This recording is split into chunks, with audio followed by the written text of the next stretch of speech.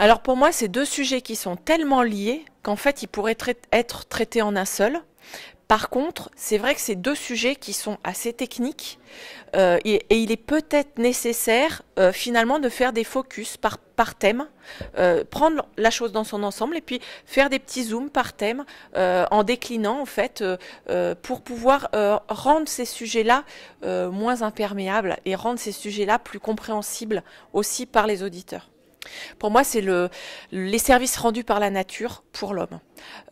Tous ces services que la nature nous rend gratuitement, naturellement, et qui font que, en les valorisant, ça va nous permettre aussi, nous, de mieux vivre à l'avenir, malgré le changement climatique.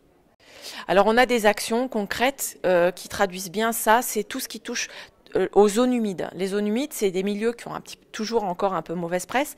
Pourtant, les zones humides, c'est des milieux qui rendent un nombre de services incroyable. Mais ces zones humides, elles continuent à disparaître parce qu'elles continuent à être drainées, à être asséchées, à être urbanisées pour en faire un autre usage. Et donc, ces zones humides, elles cristallisent un petit peu. C'est-à-dire que si on les protège, si on les restaure, si on les remet en état de fonctionnement, elles vont pouvoir rendre des services qui vont nous permettre, nous, en tant qu'êtres humains, de mieux être adaptés aux enjeux climatiques.